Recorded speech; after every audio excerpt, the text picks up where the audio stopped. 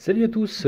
Donc je fais cette petite vidéo, c'est pour montrer un petit peu comment faire un filtre multichambre maison.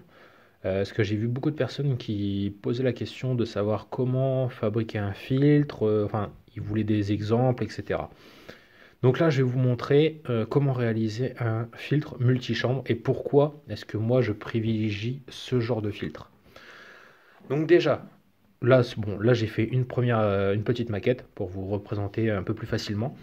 Déjà, le sens de l'eau. Alors, comment optimiser au maximum votre filtration? C'est en faisant en sorte que l'eau passe de partout dans votre filtre. Donc, moi j'ai fait une entrée ici. À chaque fois, il faut toujours que votre eau circule du haut, enfin du bas vers le haut. Toujours.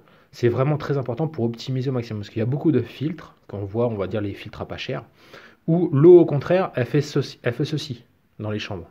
Enfin, quand il y en a des chambres. En fait, elle ne bouge que vers le haut. Ce qui fait que toute la partie du bas ou du milieu n'est pas optimisée au maximum. Alors que justement, l'intérêt d'un multichambre, comme celui que je vais vous montrer, c'est vraiment que l'eau, comme vous pouvez voir sur mes flèches, elle circule vraiment de partout.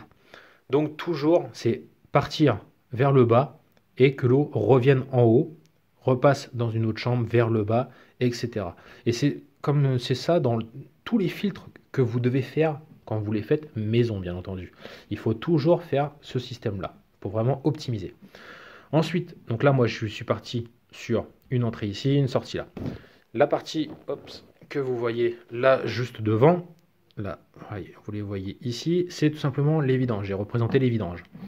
Donc ça, c'est pareil, vous pouvez l'agencer comme vous le voulez, mais il faut absolument faire un petit truc que je n'ai pas montré d'ailleurs sur ma maquette, c'est laisser un petit espace d'environ 7-8 cm qui va servir tout simplement à mettre des grilles. Donc vous faites un petit espace où ce sera un espace vide et vous achetez tout simplement des grilles. Donc ça peut se trouver sur n'importe quel site comme Normandie Koi, comme Azure Koi ou Poisson d'Or, etc. Vous pouvez trouver ce genre de grille assez facilement et pas très cher surtout. Donc vous les installez dans le fond et ensuite vous mettez donc vos masses filtrantes, donc les tapis, etc. qui viendront par-dessus. Pourquoi le faire? Tout simplement parce que comme ça le dépôt va se mettre directement dans le fond et ensuite vous n'aurez plus qu'à ouvrir votre vanne et toute la merde partira sans que vous soyez emmerdé ou embêté ou vous devez enlever vos tapis, etc. Donc là je ne l'ai pas représenté. Mais donc les systèmes de multifonds comme ça, ce qui est bien, enfin ce que moi je trouve bien, et c'est pour ça que j'utilise ce système-là, c'est parce que vous pouvez l'adapter par rapport à la taille de votre bassin. Par exemple, si vous avez un petit bassin qui fait 2-3 cubes, mettons, vous n'avez pas besoin d'avoir 4-5 chambres. Vous avez besoin de 1 ou 2 chambres, ça suffit largement.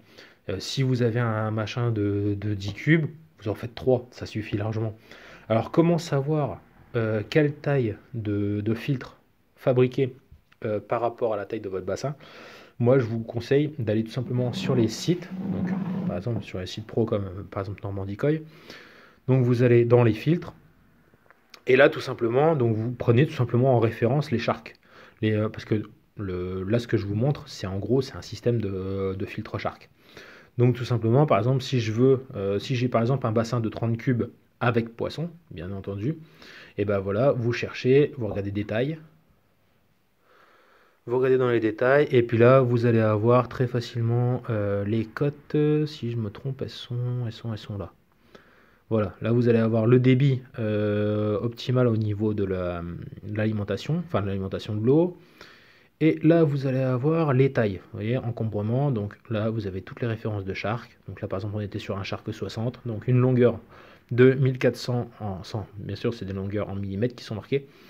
Donc un Shark 60 comme celui qu'on a vu, il fait 1410 par 560 de largeur par 680 de hauteur. Et donc vous avez juste à refaire ça, et en gros vous savez que vous êtes pour un bassin de 30 cubes.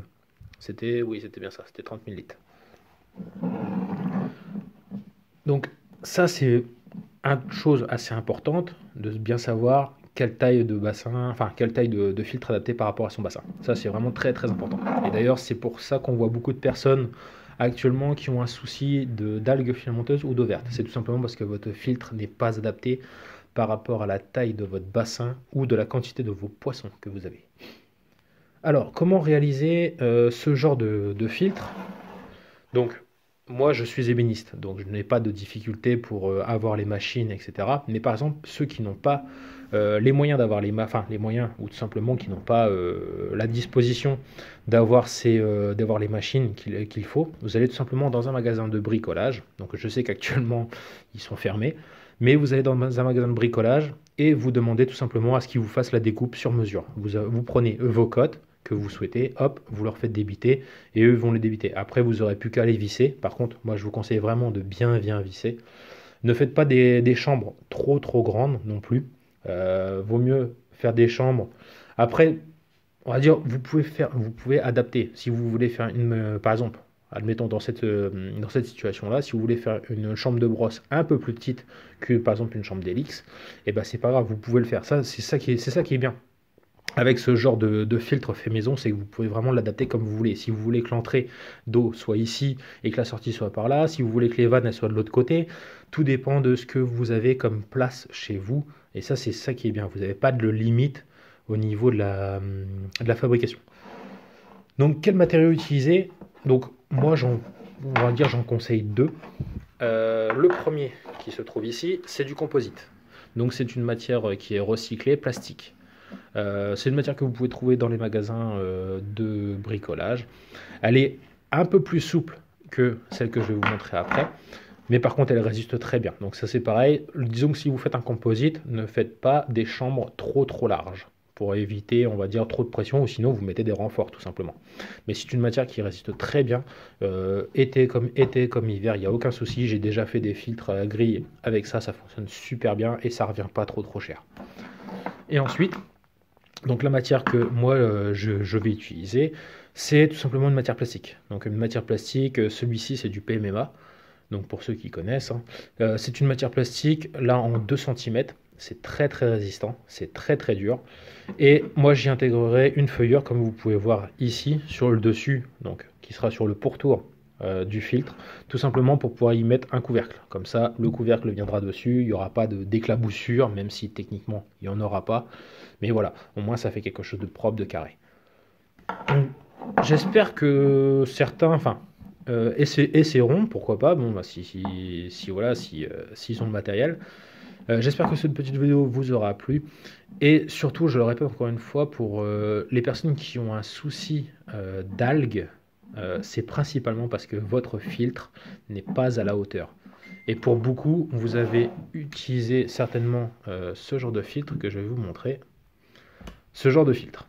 Donc ça, c'est les plus, on va dire, répandus. Parce que quoi? Parce que c'est les moins chers, il faut dire ce qui est.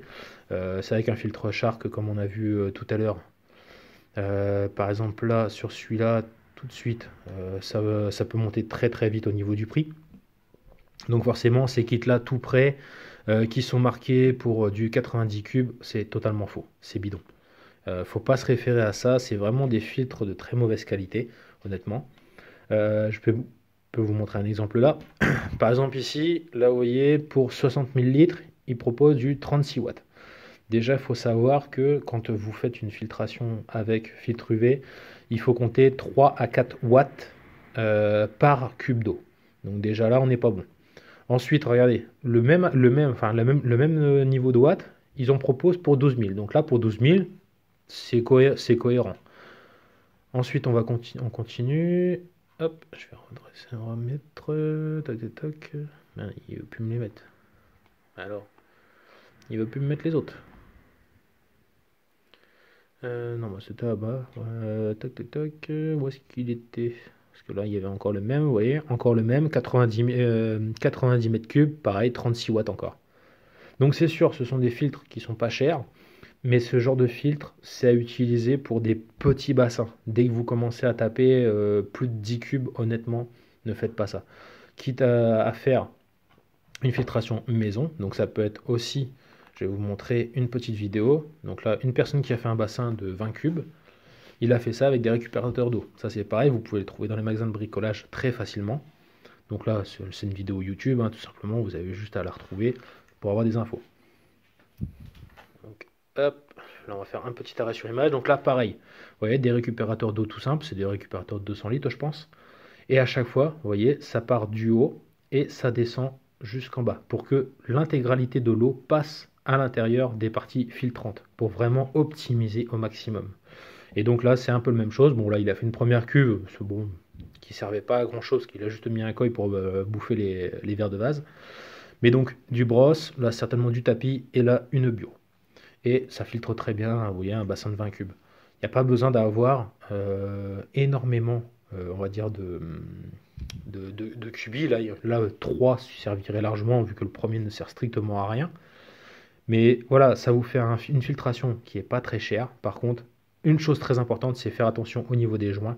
Vraiment bien jointer parce que souvent, c'est là qu'il y a une fuite. Donc, utilisez principalement des passe-parois, moi je vous le conseille.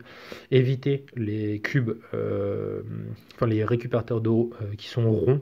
Parce que pour jointer, ça va être beaucoup plus chiant. Alors que les rectangulaires comme cela sont déjà un peu moins chers. Et surtout, vous avez une surface qui est plate, donc pour mettre un passe-paroi, ça va bien adhérer, il n'y aura pas de partie ronde, ce sera bien mieux. Donc voilà,